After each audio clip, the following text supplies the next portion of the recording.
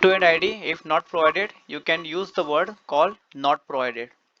There is I don't want to give bombarding of knowledge on your mind because it takes so much time me to explain everything. But there is a production issue happening now, which is the name called not provided here.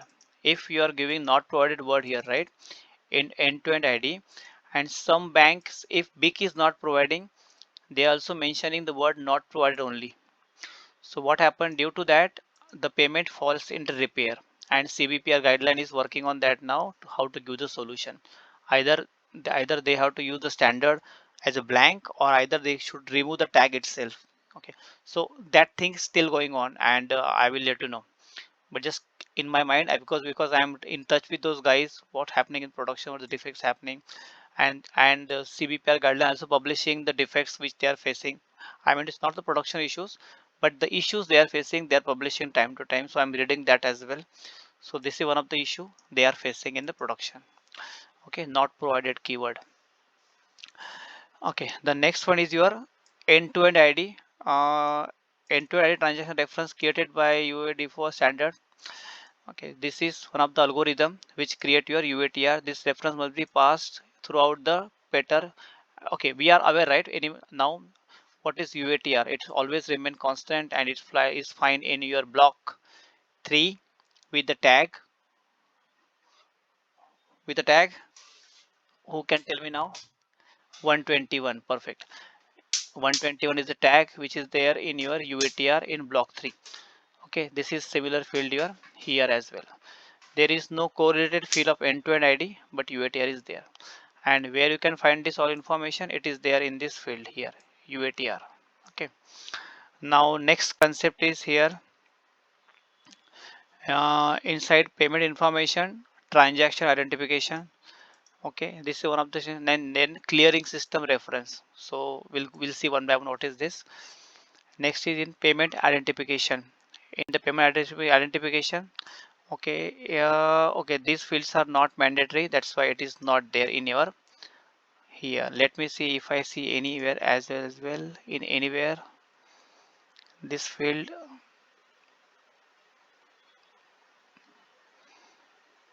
No, it is not here as well. These are not mandatory fields. That's why particularly they are not given anywhere. Okay, fine.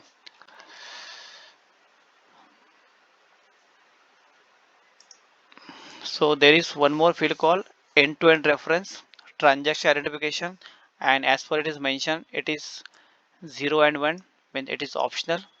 Okay, there may be some rule of this how to identify it, but let it be if it is not mentioned. Then clearing system reference populated by a payment market infrastructure, typically to the settlement lake to the clearing system transactions referred by settlement clearing transactions. I would like to show you these things. Yeah, I would like to show you these things. Payment identification inside your payment type information, payment identification.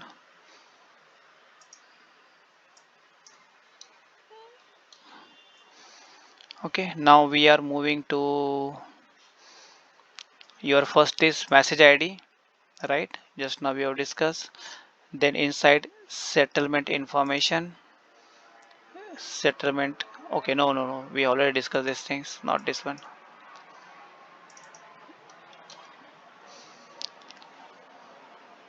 Okay, this is your group.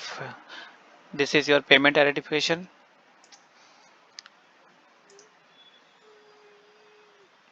Payment identification, correct. The path is payment identification here. Inside that there is instruction ID, end-to-end reference ID. Okay, this is mandatory field. This is mandatory field, and there is one more clearing system reference. One more is there, if I am correct. This is clearing system reference. So if I use it, this what is clearing system? It's a plain text mention. Okay, there is no plain text is there. Okay, this is also not significant, so ignore this as well.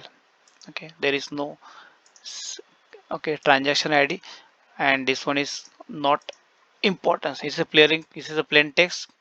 which is mentioned here. But transaction ID, what is transaction ID? Any formula for this one? Let me see.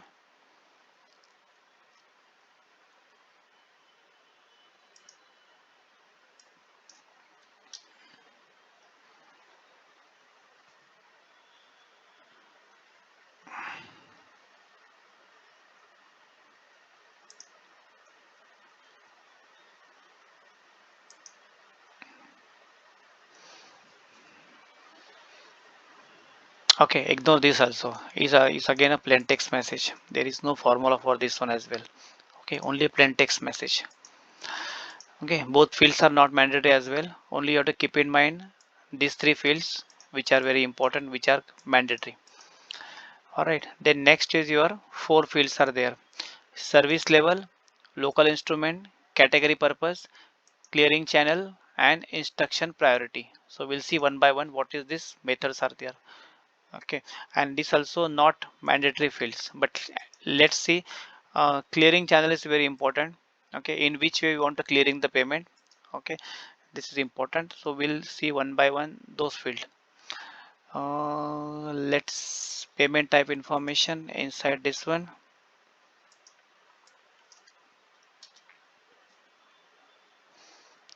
Payment type information, this is page number 65. Then what is the instruction priority? The PACS message payment type information provides a set of optional elements where the payment type can be described. First one is a choice of embedded code representing the agency urgency by the instructing agent. To point information may be used by the instructing agent to differentiate the processing priority. Okay, so this is kind of a priority of the payment. Let's see what is given here about the priority. Page number is here 65. Priority, and there are some priority codes defined for this. Indicate the urgency of ordering of the importance the instruction party would like an instructed party to apply processing. Okay, so simple meaning of this, what is the priority of the payment? And there must be a code which you already discussed so many times, whether it is a high payment priority or normal.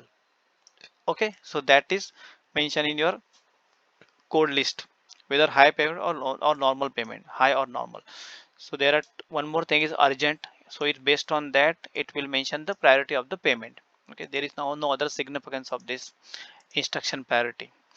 Then next one is your service level. Okay, so why I'm referring both the pages, right? This document does not contain the detailed information of the what is code mentioned here. So that's why I'm moving to that document and see the priority of there as well. Then next one is service level, a nested element which may either use an external ISO service level code or priority code is used to identify a particular agreed service level which should be applied to the payment. For example, code 0 can be used to identify a GPI track customer credit transfer. Okay, now who will tell me what is the meaning of this? Where we have already used this one? Who will tell me now?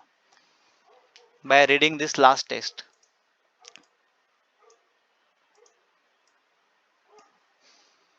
We have discussed this in already in perfect Swift GPI, but in there is a separate project, by the way. There's a separate product in our MT103 where we have discussed these things.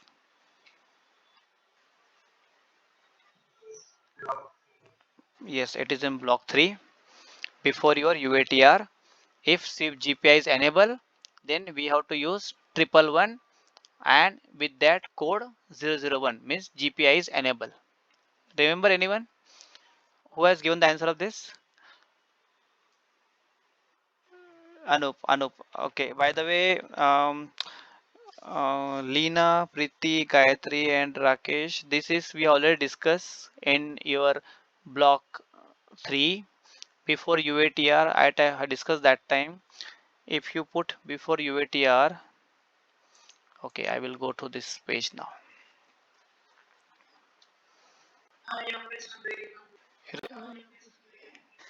You remember, right? Good. Thank you. Okay, great. Still, I will just quickly. I will not show every time, but I thought today is I am in the mood, so I'm telling. Okay, wait a minute. Okay, it is here. Yeah, it is here.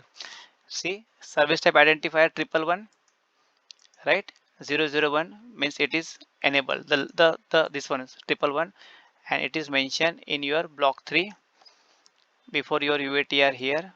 Before UETR in 108 message you can put this code here, 111 here, 01 means it is Swift enable. Okay, sorry, GPI enable. Like this you can mention. And what are the codes for this one? These are so many codes and 111 is one of the code of that. Okay, so that is, it is a service line. If it is active, if it is GPI enable, then you can mention here 001 111 001, right? And same thing is mentioned here as well.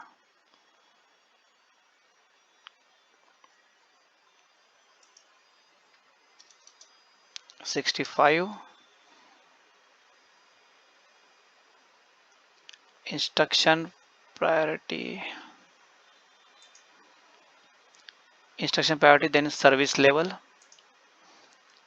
This is service level. Inside service level there is a code. Okay, code is not given. Okay, let it be, fine. At least we are aware, right? It is mentioned service level, that code is this kind of code we can use to identify. By the way, this code is only for empty messages, and there is a different code system like G001. It is for GPI tracking system, okay, like G001. So this is your service level. Next one is your local instrument. In local instrument, a nested element which may be either use an external local instrument code or a proprietary code is used to identify a type of payment local instrument such as standing order. Note, the ISO instrument code are registered by a specific community group called code list. Okay, so if your payment is having a standing order in it, okay, standing order means one particular date you have to deduct from your, like direct debit. There is a concept called standing order. It is concept is there in UK, only the naming convention is different. Standing order. So this is, if it is there, it is fine. Local instrument, there is tab called local instrument. Let me see here.